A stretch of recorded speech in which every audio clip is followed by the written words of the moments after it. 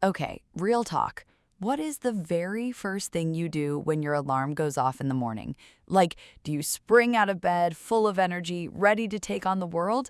Or do you hit snooze two, three, maybe four times? Because I have a theory. Your answer to that question says a lot about who you are as a person. Stay with us. Welcome back, everyone. You are listening to the Daily English Conversation Club, the podcast where two friends just talk and you pick up real English along the way. I'm Leo. And I'm Zara. And okay, Leo, I feel like I already know your answer to that opening question. You're a snooze button person, aren't you? Completely, totally, 100% guilty. I am not ashamed. My alarm goes off at 7, and I genuinely don't drag myself out of bed until about 20 past, sometimes 7:25. And every single morning I think, today will be different. And it's never different. I love that. I'm the total opposite, by the way. When my alarm goes off, I just get up. I actually enjoy mornings, which I know sounds a little crazy to a lot of people. It's a little crazy, yeah, but we love you for it. All right, before we jump in, a huge thank you to everyone who has been listening, sharing, and leaving comments. It means so much to us. If you haven't subscribed to Daily English Conversation Club yet, please do that right now. It's free, and you will never miss a new episode. And here's our first common question for today. Are you a morning person or a night person? Drop your answer below. We genuinely read every single one. Yes, we want to know. Okay, so daily routines. Why is this such an important topic for English learners, Leo? Right, so here's the thing. When you start learning a new language, one of the very first real situations you'll face is someone asking, "So, what do you do every day?" Or, "Tell me a bit about yourself." And if you can talk through your routine, morning, afternoon, evening, smoothly and naturally, you are already having a real conversation. That's a massive step, especially for beginners. And honestly, even at B1 level, how you say things, your rhythm, your word choices, the expressions you reach for, that's where natural fluency starts to come through. Exactly. So this episode is for everyone, whatever your level. We're going to make it feel real, not like a textbook. Let's start at the very beginning, the morning. Leo, walk us through it. What actually happens from the moment your eyes open? Okay, so I wake up around 6:30. My alarm goes off and I sit up in bed for about 1 minute just to adjust. You know that weird in-between feeling where you're not fully awake, but you're not asleep either. That little foggy zone. Oh, I know that zone. I try to spend as little time there as possible. You, on the other hand, I imagine, try to stay there. I do try to extend it, yes. So after that little moment, I get out of bed and head straight to the bathroom. I splash cold water on my face. That's my actual wake-up trick. Cold water, done. I'm alive. And then I brush my teeth. Quick note on that phrase, brush your teeth. Not clean your teeth, not wash your teeth. Brush. And it's always teeth, plural, not tooth. Small thing, but worth remembering. So after the bathroom, then what? Kitchen. Tea. Every single morning, without fail. I make tea first. While it's brewing, I have a bowl of cereal. Simple, quick. And if I have time, I sit and eat slowly, which I think is so underrated. A lot of people just grab something and rush out the door. Rushing in the morning really does set a stressful tone for the whole day. I'm a coffee person myself. I make coffee first thing, and while it's brewing, I usually eat a banana or have a piece of toast. Make breakfast, have breakfast, by the way, those are two different verbs that are both really useful. Make breakfast is the preparation. Have breakfast is the eating. Great point. And after breakfast, you get dressed. You choose your clothes, put them on. And there's a really important verb here. Put on. Put on your shoes. Put on your jacket. Put on your coat. We use put on when we're placing something onto our body. And the opposite is take off. You take off your coat when you come inside. Take off your shoes at the door. Really useful pair of verbs, put on and take off. And then the last big step of the morning, you leave the house. Bag on shoulder, shoes on feet, door closed, off you go. And you either go to work, go to school, or, if you're lucky, you walk 3 steps to your home office. Wherever you're going, that's the morning done. You've got out of bed, got ready, and started your day. Listener challenge for part 1. Tomorrow morning, narrate your own routine out loud as you do it. Say it as it's happening. I'm waking up. I'm brushing my teeth. I'm making coffee. You are the narrator of your own life, and your bathroom mirror is a perfectly good audience. I love that. Okay, part 2 is coming right up. What happens during the day? Work, lunch, the afternoon grind. Don't go anywhere. And we are back. Welcome to part 2 here on the Daily English Conversation Club. Morning is sorted. Now let's talk about what happens during the day, because this is where a lot of really useful, practical English lives. And this part is interesting because everyone's day looks a little bit different. Some people go to work in an office, some work from home, some go to university, some are looking after kids. The activities vary a lot, but the English you use to describe them surprisingly similar across all of those situations. So when you leave the house in the morning, you might say, I go to work or I go to school. Very simple, very common. Then once you get there, what do you actually do? Zara, you work in an office on most days, right? Yeah, most days. So when I get there, the first thing I do is sit at my desk, turn on my computer, and check my emails. Or answer emails. Both are natural. And honestly, a big chunk of office life is just managing emails. It never really ends. So true. I spent the whole morning answering emails. It's something people say constantly. It's very relatable. And then throughout the day, there are meetings. The phrase is, have a meeting. I have a meeting at 10. We had a long meeting this afternoon. And the classic, I'm in a meeting right now, which is what people say on the phone when they desperately want to hang up. So accurate. Leo, you work from home a lot. How does your day look? Pretty similar, actually. I sit at my desk, which is in my flat. I use my computer, write things, do research, prepare material. I also have online meetings, video calls. The work itself is very similar to office work. The main difference is the commute, which for me is about 8 steps from my bedroom to my desk, which I genuinely appreciate every single day. That is honestly the dream. And a lot of people now do a mix, some days in the office, some at home, which is very normal these days. And whatever your situation, the key work verbs are work on something, finish something, send an email, prepare something, write a report. Learn those and you can describe most work situations in English. And then lunchtime. Have lunch. I usually have lunch at 1 o'clock. What did you have for lunch? That last one is honestly one of the most common small talk questions in English. It's such a natural way to start a conversation with a colleague or a classmate. Perfect for real life. What do you usually eat for lunch, Leo? Depends on the day, honestly. If I'm at home, I'll make something simple. A sandwich, some rice and vegetables, maybe leftovers from the night before, nothing complicated. But if I'm out, I love going out to eat. Finding a small local restaurant, sitting down properly, taking a real lunch break.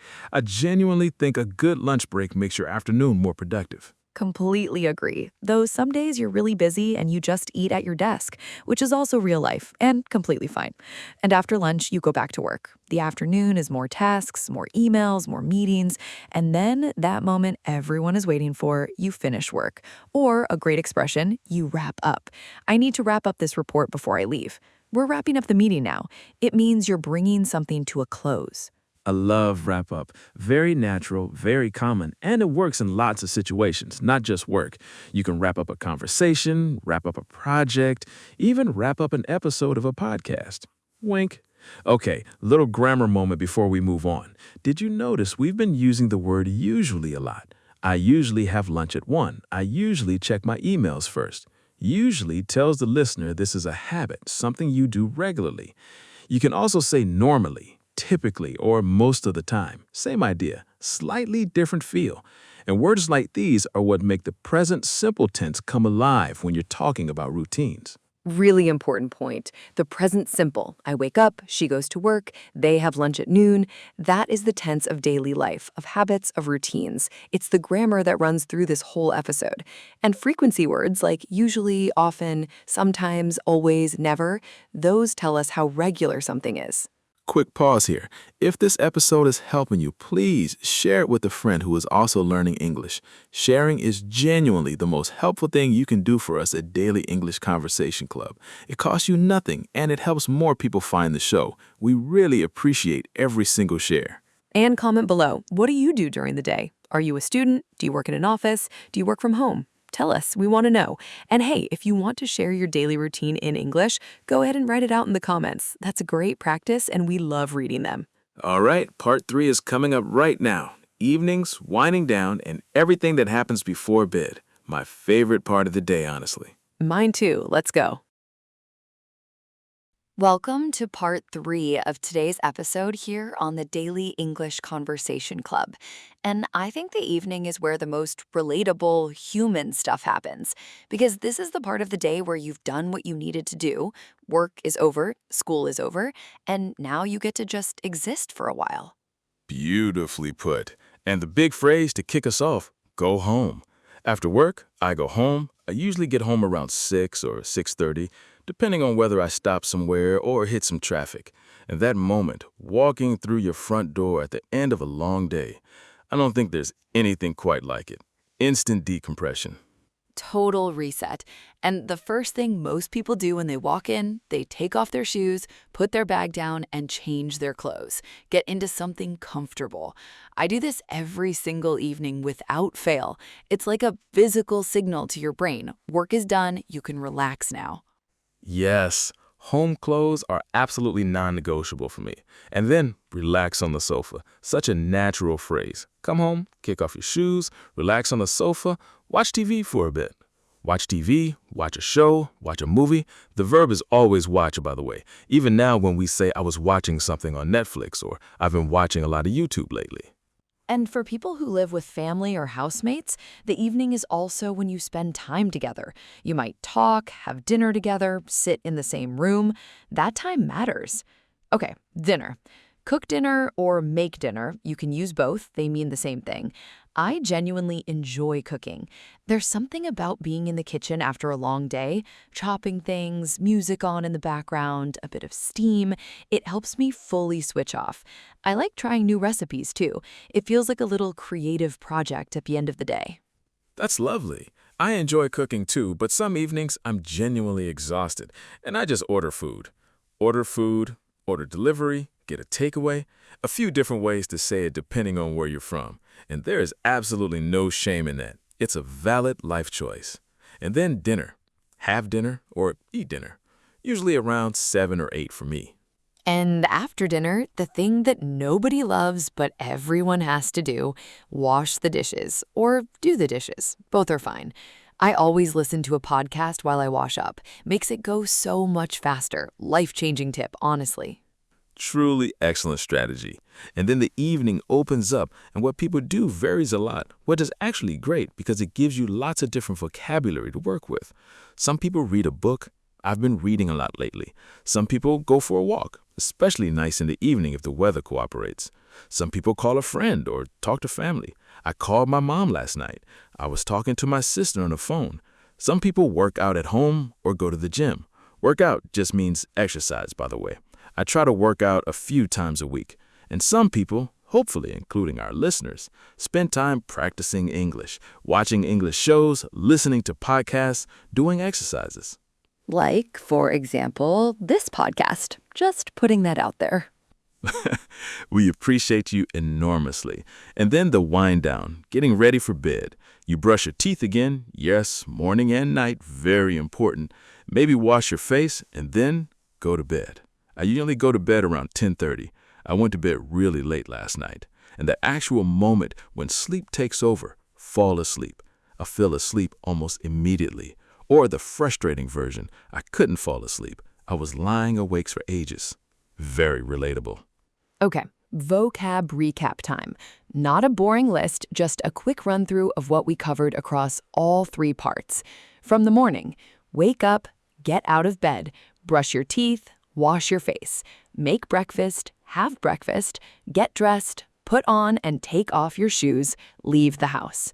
From the daytime, go to work, go to school, work from home, sit at your desk, check emails, answer emails, have a meeting, have lunch, go out to eat at your desk, go back to work, wrap up, finish work. And from the evening, go home, get home, take off your shoes, change your clothes, relax on the sofa, watch TV, cook dinner, make dinner, order delivery, have dinner, wash the dishes, do the dishes, read a book, go for a walk, call a friend, work out, go to bed, fall asleep. And the grammar connecting all of that, the present simple tense, used for habits, routines, and the things you do regularly. I wake up at 7. She usually has lunch at 1. They go to bed early. And the frequency adverbs, usually, often, sometimes, always, never, that tell us how regular something is. Your weekly challenge is to write out your own daily routine in English, 8 to 12 sentences, morning to night. Use usually, often, and sometimes. Then, if you're feeling brave, share it in the comments. We genuinely will read them. We will, every single one. And here's today's gamified comment challenge. Find one phrase from today's episode and use it in a sentence about your own day. Just one. Post it below. The best ones get a heart from us. We want to see what you come up with. All right, that is a wrap on today's episode of the Daily English Conversation Club. Thank you so much for spending this time with us. It genuinely means a lot that you choose to learn English with Leo and me. If you enjoyed this, please subscribe so you never miss a new episode. Leave us a rating if you can. It helps other learners find the show. And share this with anyone you know who is learning English. Every share helps us grow and reach more people. And next time, we're talking about weekends, hobbies, and how to describe the things you love doing in your free time.